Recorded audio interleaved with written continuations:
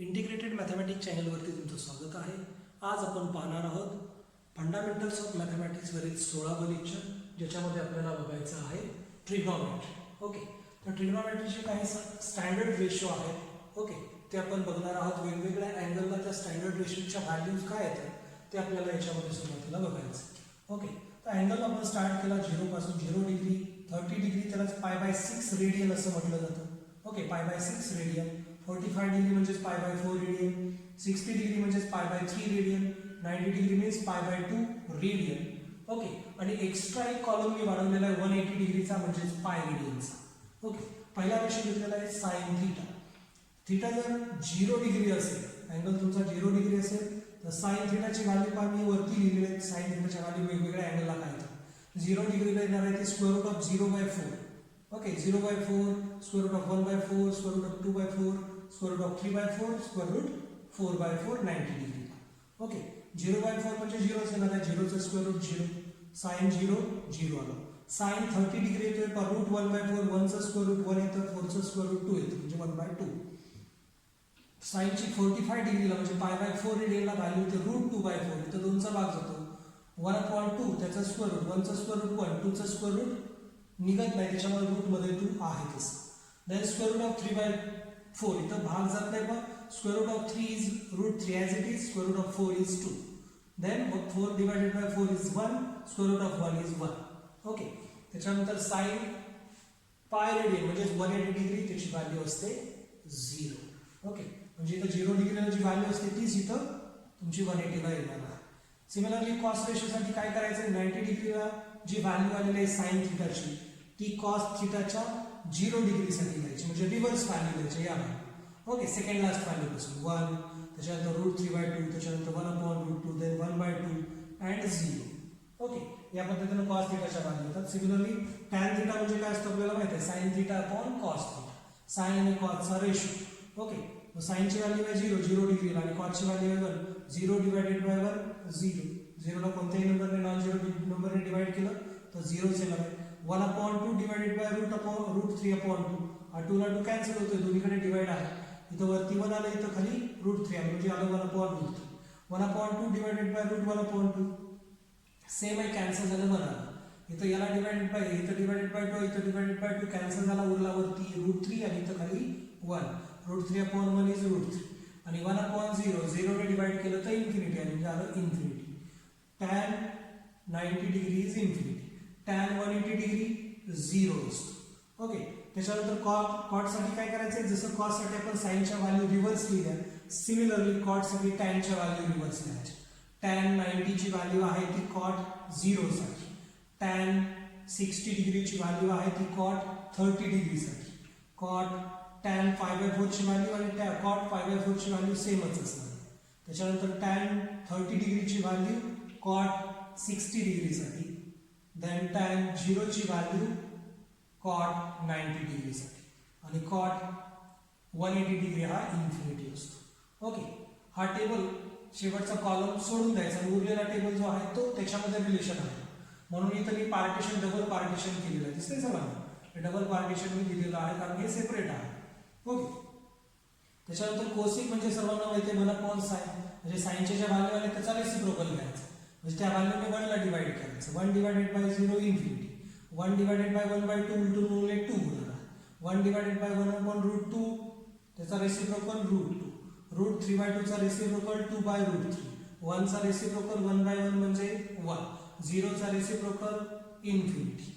Okay, similarly सेक थीटासाठी 1/cos म्हणजे cos थीटाच्या ज्या value आल्या त्याचा रेसिप्रोकल घ्यायचा. ओके, त्याला उलट करायचं. 1 आहे म्हणजे 1/1 1 येणार. √3/2 त्याचा रेसिप्रोकल आला 2/√3. 1/√2 चा रेसिप्रोकल √2/1. 1/2 चा रेसिप्रोकल 2. 0 चा रेसिप्रोकल 1/0 म्हणजे इन्फिनिटी आणि -1 चा रेसिप्रोकल 1/-1 म्हणजे -1. अशा पद्धतीनं व्हेरियस अँगलसाठी आपल्या ट्रिग्नॉमेट्रिक रेशोची या व्हॅल्यू आहेत, स्टँडर्ड व्हॅल्यू आहेत. ओके, हा टेबल आपल्या लक्षात पाहिजे. प्रत्येक ठिकाणी याची गरज आपल्याला ट्रिग्नॉमेट्रीमध्ये पडते. ओके, आणि हे फंक्शन आहे. ट्रिग्नॉमेट्री म्हणजे काय आहे, ते एक फंक्शन आहे. मग फंक्शन सर्व ठिकाणी वापरलं जातं. ओके, मग डेरिव्हेटिव्ह असेल किंवा लिमिट असेल, इंटिग्रेशन असेल, प्रत्येक ठिकाणी आपल्याला ट्रिग्नॉमेट्रीची गरज पडणार आहे. ओके, मॅक्झिमम प्रॉब्लेम जे आहेत इंजिनिअरिंगशी रिलेटेड ते मॅक्झिमम प्रॉब्लेम ट्रिग्नॉमेट्रीशी रिलेटेड असतात. त्याच्यामुळे ट्रिग्नॉमेट्री व्यवस्थित समजणं गरजेचं आहे. त्याच्या पुढचा कन्सेप्ट आहे पहा, साईनमध्ये दोन अँगलची ॲडिशन दिलेली आहे किंवा सबट्रॅक्शन दिलेली असेल आणि त्या केसमध्ये पहिला जो अँगल आहे, दोन अँगलची ॲडिशन किंवा सबट्रॅक्शन असेल, त्याच्यातला एक अँगल काय पाहिजे, π/2 चा मल्टिपल पाहिजे. n π/2, n म्हणजे काय व्हॅल्यू आहे ती असेल 1 3 5, म्हणजे कोणताही ऑड इंटिजर 1 3 5 7 चालतं. ओके, आणि त्याच्यात प्लस किंवा मायनस केलेलं असेल अँगल एखादा अँगल, तर त्या केसमध्ये साईनचं काय होतं, त्या केसमध्ये साईनचं होऊन जातं पा कॉस. ओके, दुसऱ्यासाठी मी सांगतो साईनचं काय होतं, साईनचं कन्वर्जन होणार आहे कॉसमध्ये, कॉसचं कन्वर्जन होणार आहे साईनमध्ये. त्याच्यानंतर टॅनचं कन्वर्जन कॉटमध्ये, कॉटचं कन्वर्जन टॅनमध्ये, सेकचं कन्वर्जन कोसेकमध्ये आणि कोसेकचं कन्वर्जन सेकमध्ये. ओके, या पद्धतीने चेंज होतो. साईन आहे, साईनचं कन्वर्जन कशामध्ये झालं, कॉसमध्ये झालं, आणि π/2 चा जो अँगल आहे त्याच्यामध्ये ऍड किंवा सबट्रॅक्ट केलेला अँगल आहे तो त्या कॉस रेशोच्या अँगलला येणार.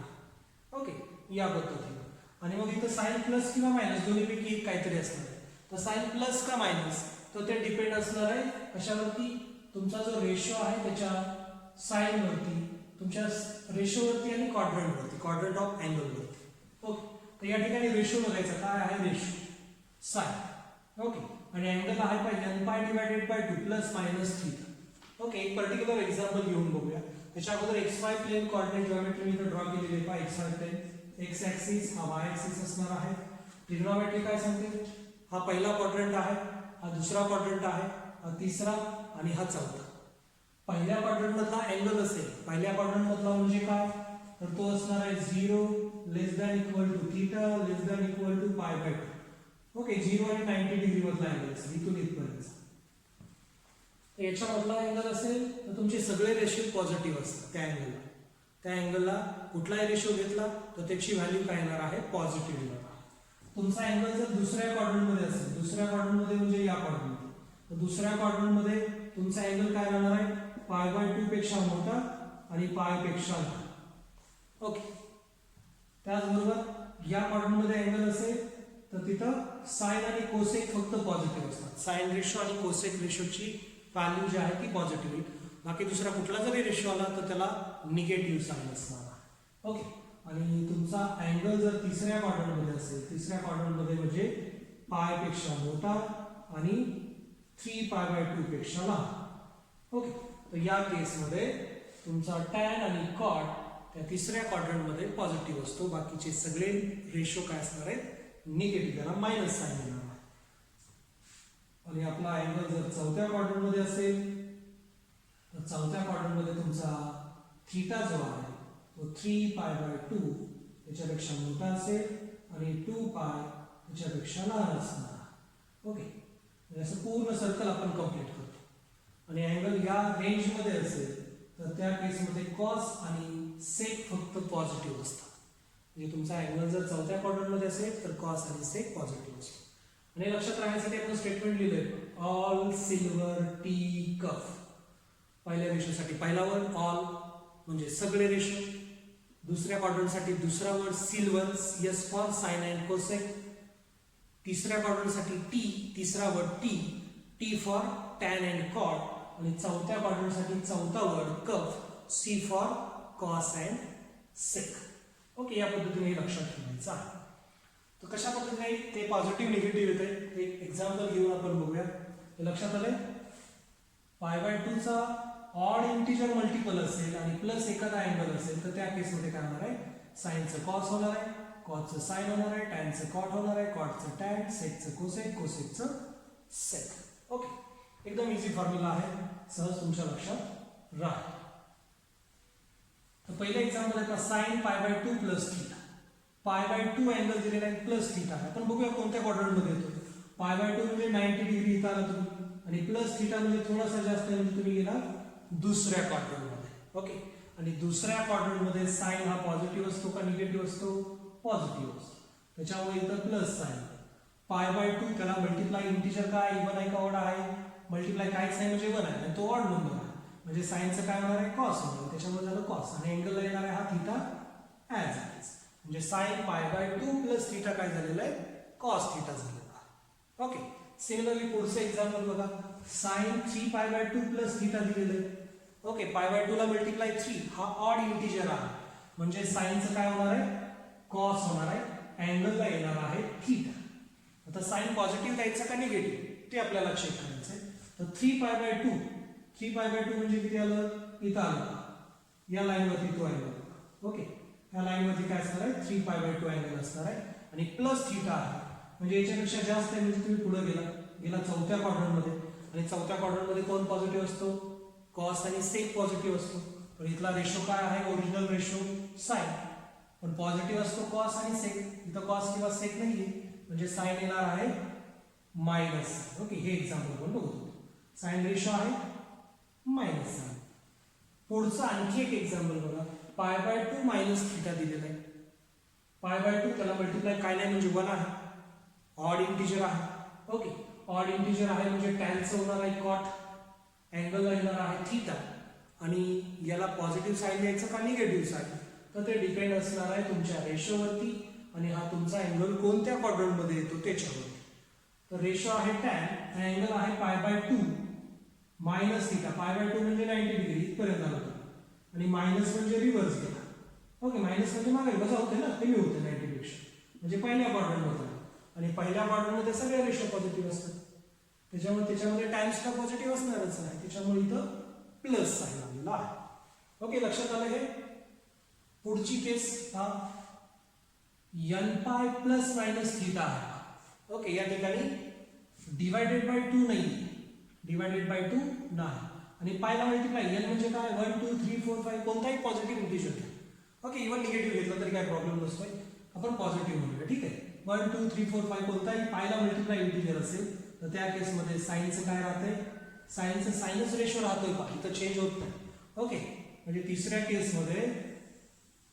तिसऱ्या केसमध्ये साइनचं काय राहणार आहे साइनच राहणार आहे कॉसच राहणार आहे टॅनच राहणार आहे कॉटच येणार आहे सेकच असणार आहे आणि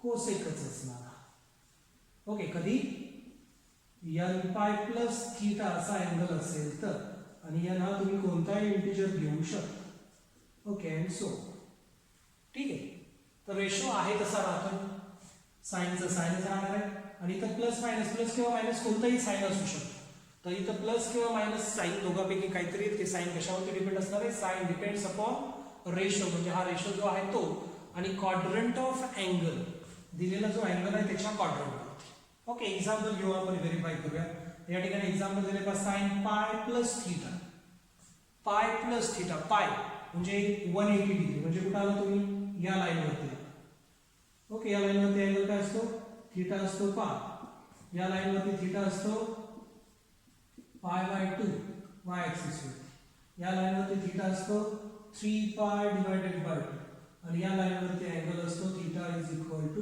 2π ओके एक्स ऍक्सिस तर या ठिकाणी आपल्याला अँगल दिलेला आहे पाय म्हणजे आलं पण या लाईनवरती आणि प्लस थीटा आहे म्हणजे पाय पेक्षा थोडा जास्त काहीतरी आहे म्हणजे गेलो तिसऱ्या क्वाड्रंटमध्ये कोण पॉझिटिव्ह असतं टॅन आणि कॉट आपला रेशो आहे साइन म्हणजे त्याला येणार आहे मायनस साइन ओके सिमिलरली आपण पुढचं एक्झाम्पल बघितलं cos pi minus theta okay cos ratio आहे अँगल मध्ये पाय आहे पायला मल्टिप्लाय 1 2 3 काहीतरी आहे म्हणजे तो 1 दिसतोय आपल्याला काहीच नाही म्हणजे 1 आहे पाय असल्यामुळे कॉसच राहिलं अँगलला हा थीटा इथं प्लस का मायनस आहे तर ते या रेशोवरती आणि अँगलवरती डिपेंड असणार आहे रेशो आहे कॉस आणि अँगल आहे पाय मायनस थीटा पाय म्हणजे या लाईनवरती आणि मायनस थीटा म्हणजे आपण रिव्हर्स केलं म्हणजे आलो दुसऱ्या क्वाड्रंटमध्ये आणि दुसऱ्या क्वाड्रंटमध्ये कोण पॉझिटिव्ह असतं साइन आणि कोसेक आणि आपला रेशो काय आहे कॉस रेशो आहे त्याच्यामुळं आन्सरला मायनस साइन येणार आहे ठीक आहे अशी काही एक्झाम्पल आहेत आणखी एखादं एक्झाम्पल बघूया टॅन 4π प्लस थीटा ओके आता थोडंसं वेगळं एक्झाम्पल घेतलंय 4π प्लस थीटा मी घेतलेलं आहे 4π म्हणजे काय आणि एक सर्कल कंप्लीट 2 पाय झालं आणि अजून एक सर्कल कंप्लीट केलं की आणखी 2 पाय म्हणजे 4 पाय झालं. म्हणजे 2 सर्कल कंप्लीट करावे लागणार आहेत आपल्याला. या ठिकाणी मी ते दाखवतो पहा. इथं हे झालं आपलं 2 पाय आणि इथून परत आणखी आपण पुढे गेलो हे झालं 4 पाय. ओके. आणि आपला अँगल आहे 4 पाय प्लस थीटा. प्लस थीटा म्हणजे 4 पाय पेक्षा आणखी थोडा जास्त म्हणजे आपण पहिल्या क्वाड्रंटमध्ये गेलो आणि पहिल्या क्वाड्रंटमध्ये सगळे रेशो पॉझिटिव्ह असतात. त्याच्यामुळं हा टॅन रेशो पण पॉझिटिव्ह असणार आहे. म्हणजे येणार आहे टॅन थीटा. ओके. इथे येणार आहे प्लस. टॅनचं टॅनच राहणार आहे कारण पायला मल्टिप्लाय इंटिजर आहे. इथं पाय बाय 2 नाही, इथं काय आहे फक्त पाय आहे. ठीक आहे. एवढी काळजी घ्यायची. एकदा बघून घ्या, इझिली तुमच्या लक्षात येईल. ओके.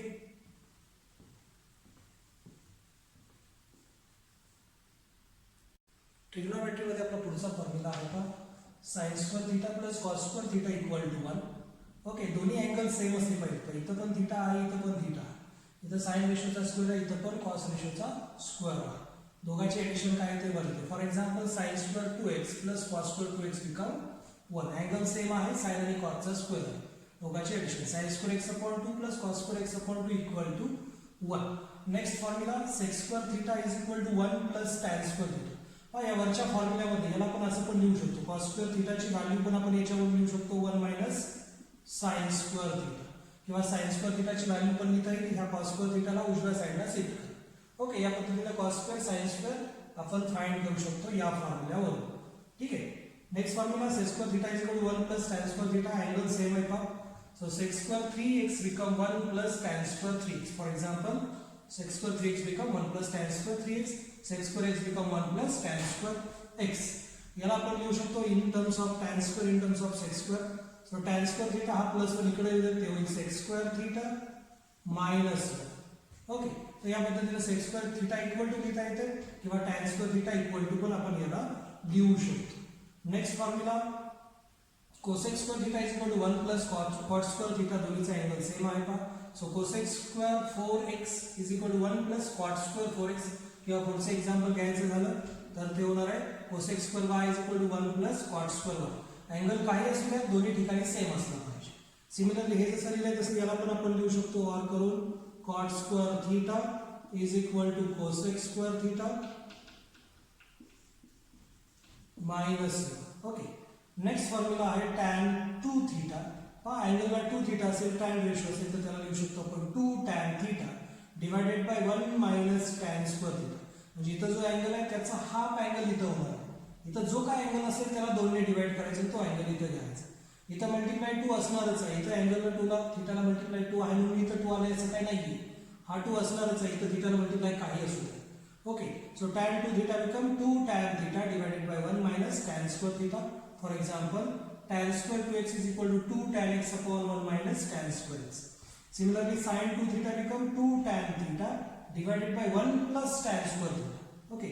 sin 2 थीटा असेल तर काय येणार आहे 2 tan theta upon 1 plus tan square theta. इथं जो अँगल आहे त्याचा हाफ अँगल उजव्या साईडला घ्यायचा. For example sin x become 2 tan x upon 2 divided by 1 plus tan square x upon.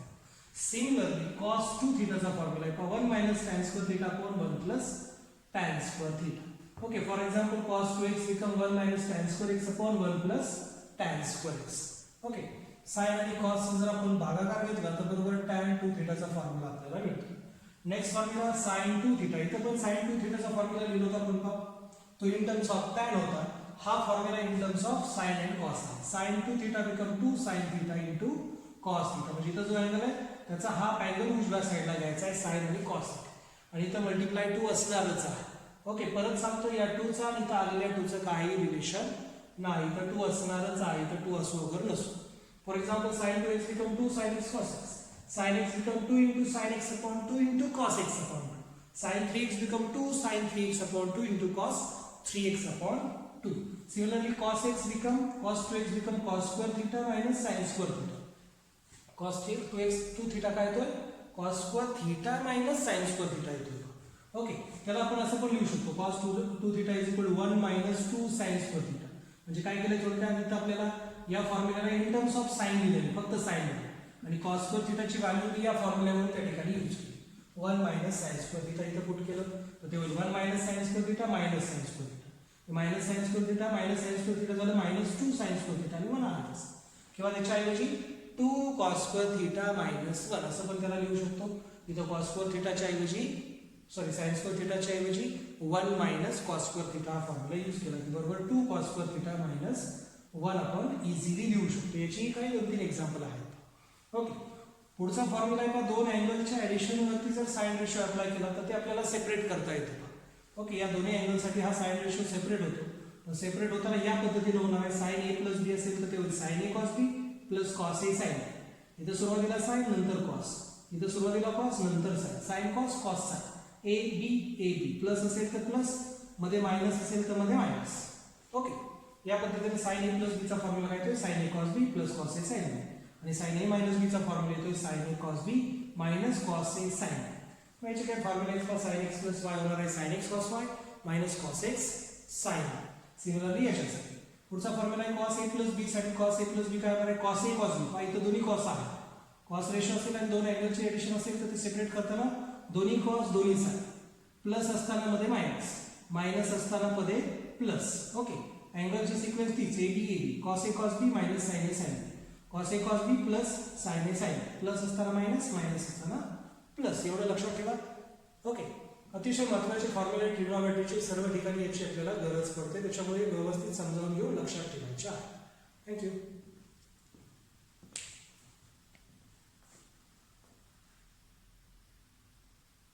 ट्रिग्नोमेट्रीमध्ये आपला पुढचा फॉर्म्युला आहे का tan a plus B is equal to tan a प्लस tan b divided by 1 minus tan a tan b. दोन अँगलचे addition असताना tan ratio आपण separate करू शकतो. तो होणार आहे tan a tan b. दोघांवरती tan अप्लाय करायचा, मध्ये प्लस साइन असेल तर प्लस घ्या, मध्ये मायनस असेल तर मायनस घ्या, आणि डिनॉमिनेटरला 1 मायनस प्लस असेल तर खाली मायनस, मध्ये मायनस साइन असेल तर खाली प्लस, 1 प्लस इथं 1 minus tan a tan b. Okay, दोघांवरती tan रेशो अप्लाय करायचा, दोघांचं मल्टिप्लिकेशन करायचं. सेम वे हियर, प्लस असेल तर वरती प्लस खाली मायनस, मायनस असेल तर वरती मायनस खाली प्लस. त्याची दोन एक्झाम्पल दिलेली आहेत. Similarly sin 3 theta become 3 sin theta minus 4 sin cube theta. इथं 3 थीटा अँगल असेल तर ते होणार आहे 3 sin थीटा, अँगलला मल्टिप्लाय आहे ते पुढं. ओके, आणि इथे येणार आहे sin theta minus 4 time sin cube theta. अँगलला थीटाच राहणार आहे. 3 थीटा असताना त्याचं कन्वर्जन कोणत्या अँगलमध्ये होते थीटामध्ये होते. Okay, for example sin 3x become 3 sin x minus 4 sin cube x. Similarly cos 3 theta become 4 cos cube theta minus 3 cos theta. याच्या उलट आहे, रिव्हर्स आहे. क्यूब टर्म अगोदर आलेले आणि पॉवर 1 असणारे टर्म नंतर आहे. मध्ये दोघांच्या मायनस साइनच असणार आहे. मल्टिप्लाय क्यूबला 4 आणि पॉवर 1 टर्मला मल्टिप्लाय 3 असणार आहे. दोन्हीचा अँगल थीटा होणार आहे. ओके, दोन्हीमध्ये कॉस रेशो कॉस असताना साइन असताना दोन्हीमध्ये sine ratio. For example cos 3y become 4 cos cube y minus 3 cos y. Next formula 2 sin a cos b. Okay, दोन अँगल वरती साइन रेशो अप्लाय केला, त्याचं मल्टिप्लिकेशन त्याची ट्वाइस आहे. ओके, तर या केसमध्ये ते होणार आहे का cos a minus b minus cos a plus b. हे दोन फॉर्म्युले अगोदर बघितलेले आहेत, ते दोघांची वजाबाकी केली की आपल्याला sin a sin b 2 times आपल्याला मिळून जाते. Okay, cos a minus b minus cos a plus b, कारण cos a minus b आपल्याला माहिती, त्याच्यामध्ये cosच्या a plus b च्या आणि a minus b च्या फॉर्म्युल्यामध्ये sin into sin येते. ओके, साइनच्या फॉर्म्युल्यामध्ये sin into cos a असते. त्याच्यामुळे या पद्धतीने ते येते पहा. For example 2 sin 30 into sin 60. आता याच्यामधला ए कोण घ्यायचा, तर दोन्हीला साइन रेशोज आहे, त्याच्यामुळे दोन्हीपैकी कोणालाही तुम्ही ए म्हणू शकता. शक्यतो जो मोठा अँगल आहे त्याला ए म्हणायचा. हा झाला आपला ए, हा झाला बी. त्याप्रमाणे हे झालेलं आहे cos 60 minus 30 minus cos 60 plus 30. Similarly next formula 2 sin a cos b, sin into cos, तर ते sin a plus b plus sin a minus b असणार. ओके, मी तर तुम्ही साइनचा जो अँगल आहे तो ए घ्यायचा आहे आणि कॉसचा जो अँगल आहे तो बी म्हणून सबस्टिट्यूट करायचा आहे. आणि मग इथं पण सिक्वेन्स तीच राहणार आहे sin a plus b plus sin a minus b. Okay, साइनचा अँगल म्हणजे ए आणि कॉसचा अँगल म्हणजे B. For example 2 sin 30 into cos 40. आता इथं साइनचा अँगल 30 म्हणजे हा झाला ए, कॉसचा अँगल आहे 45 म्हणजे बी झाला 40. आपल्या फॉर्म्युलेप्रमाणे झालं sin a plus b म्हणजे sin 30 plus 45 plus sin a minus b म्हणजे 30 minus 45. सिमिलरली नेक्स्ट फॉर्म्युला आहे 2 cos a into cos b. cos a into cos कोणामध्ये येतं cos a plus b आणि cos a minus b मध्ये. त्याच्यामुळे त्या दोघांची एडिशन घेतली की आपल्याला 2 cos a cos b भेटते. 2 cos a cos b become cos a plus b plus cos a minus b. For example 2 cos 50 into cos 45 become cos 45 plus 15 plus cos 45 minus 50. या ठिकाणी दोन्ही कॉस रेशो आहेत, त्याच्यामुळे दोघांपैकी कोणालाही कोणत्याही अँगलला ए कोणत्याही अँगलला बी आपण म्हणू शकतो. पण जनरली आपण जो मोठा अँगल आहे तो ए म्हणून चूज करतो आणि छोटा आहे तो बी म्हणून चूज करतो जर दोन्ही रेशो सेम असतील तर. सेम नसेल तर साईनचा अँगल जो आहे तो ए, कॉसचा जो अँगल आहे तो बी असणार आहे. ओके, असे ट्रिग्नोमेट्रीचे काही सिलेक्टेड स्टँडर्ड फॉर्म्युले आहेत. हे व्यवस्थित ऑब्झर्व करा, लक्षात ठेवा, रिवाइज करा, हे लिहून काढा, कारण हे अतिशय महत्त्वाचे आहे. Okay, thank you.